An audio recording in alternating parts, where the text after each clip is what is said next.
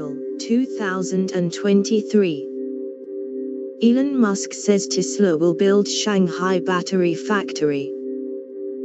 The facility will produce batteries the size of shipping containers to help electric utilities stabilize grids and use more renewable energy.